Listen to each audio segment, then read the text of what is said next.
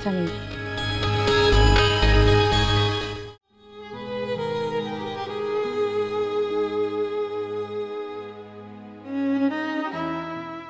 रेहान, ऐसे क्यों खड़े हो बेटा? तबीयत ठीक है तुम्हारी? जी मामा, बस वो सर में थोड़ा सा दर्द। हाँ जाहिर है, पापा की परेशानी है। मैं तुम्हारे लिए चाय बनवाती हूँ और दवाई भेजती हूँ। मामा मामा मुझे आपसे कुछ जरूरी बात करनी। हाँ बोलो बेटा, खैरियत तो है ना? जी सब खैरियत है, बस मामा वो पापा ने बहुत उम्मीद के साथ मुझसे एक वादा ले लिया और मैंने भी उनसे प्रॉमिस कर लिया, जिसको पूरा करने के लिए मुझे आपके साथ की जरूरत है। कैसा वादा? मामा पापा चाहते हैं कि ज़ारा कुछ दिन के लिए हमारे साथ रहे। रेहान, तुम ऐसा क्यों कर रहे हो? क्यों तुम अदील की सेहत के पीछे पड़े और क्यों उस लड़की को घर लाने की बात कर रहे हो जो तुम्हारे पापा से नफरत करती है और जिसकी नफरत उनको बर्दाश्त नहीं हो पा रही है? मामा इस वक्त पापा को सबसे ज्यादा जरूरत ज़ारा की।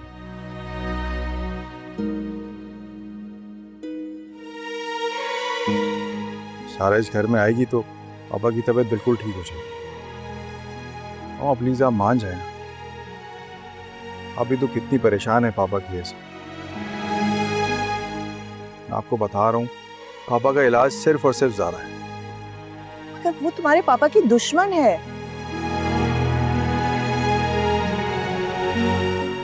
उसे ना उनकी सेहत की फिक्र है और ना ही उनकी जिंदगी की ख्वाहिश। फॉर गॉड सेक मामा, आप ज़ारा को लेकर इतना बदगुमान क्यों हो रही हैं? पापा की बीमारी में उसका क्या कसूर? मैं बदगुमान नहीं हो रही बेटा, फिर तुम्हारे पापा को उसी की वजह से डिप्रेशन हुआ है। ये जो सब कुछ हो रहा है उनके साथ, तबीयत बार बार बिगड़ रही है, यकीनन उस लड़की ने अदील से कुछ ऐसा कहा है जिससे तुम्हारे पापा को बहुत गहरा सदमा पहुंचा है। ये क्या कह रही हैं मामा? मुझे कुछ समझ नहीं आ रहा। बेटा मैं तुम्हें ये बता रही हूँ कि जब मैं अदील के कमरे में गई तो उनका मोबाइल नीचे गिरा हुआ था और बेहोश होने से पहले उन्होंने उस लड़की का नाम लिया। अब इसका क्या मतलब है?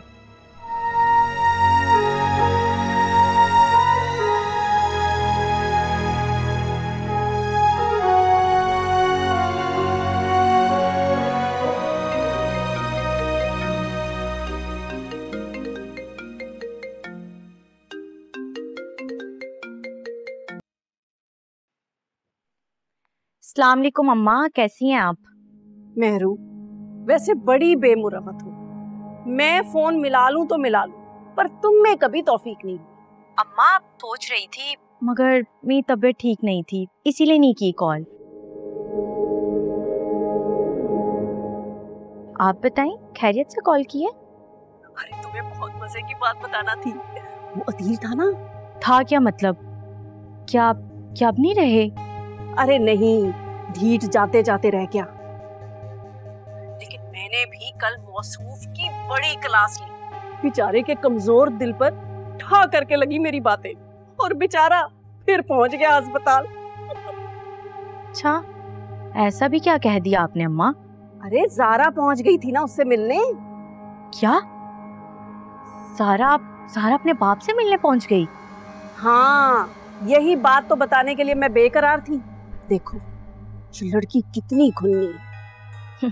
मुझे क्या बता रही हैं अम्मा, आप खुद देख लें, कितनी मासूम लगती थी ना ज़ारा आपको। देखें अब उसके कैसे पर निकल रहे हैं। सच तो ये था कि वो हमेशा से इतनी ही चालाक थी। देख लें, आपसे पूछे बगैर पुप्पो के घर रहने चली गई और अब अपने बाप से भी मिल रही हैं। आप तो बड़ा कहती थी, मेरे सामने वो चूं भी नहीं कर सकती। हाँ तो मैंने भी उसका ऐसा दिमाग दुरुस्त किया है कि मरते हुए बाप को भी पूछने की हिम्मत नहीं हुई उसकी। आपने बिल्कुल ठीक की अम्मा, मैं तो कहती हूँ इसे थोड़ा लगाम डाल कर रखें।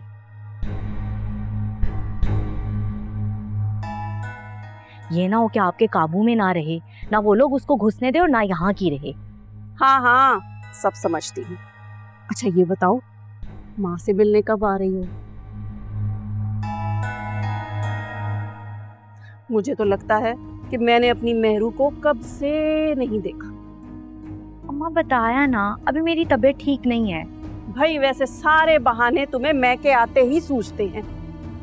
अच्छा मेरी प्यारी अम्मा, खफा ना हो, मैं 1-2 दिन में लगाऊंगी चक्कर।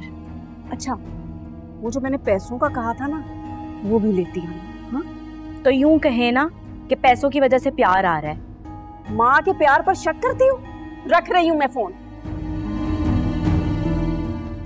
तंग आ गई हूँ मैं अम्मा के बार बार पैसे मांगने की आदत से।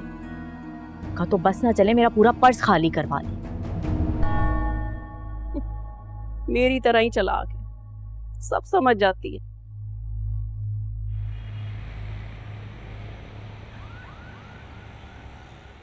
अदील भाई क्या टेंशन ले ली आपने?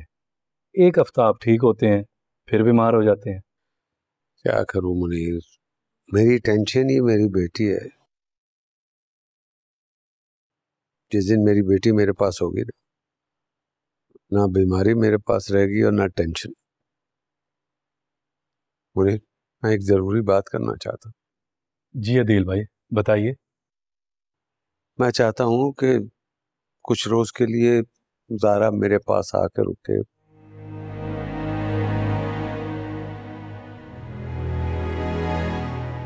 मेरी आंखों के सामने रहे।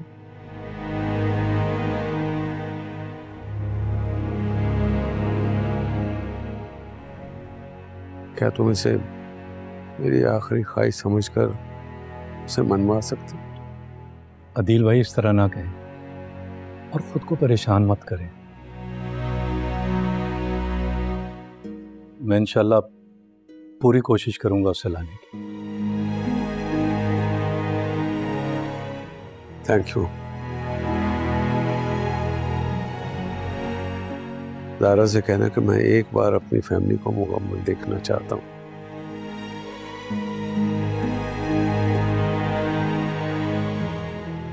अपने बच्चों के साथ उनकी खुशियां मनाना चाहता हूँ।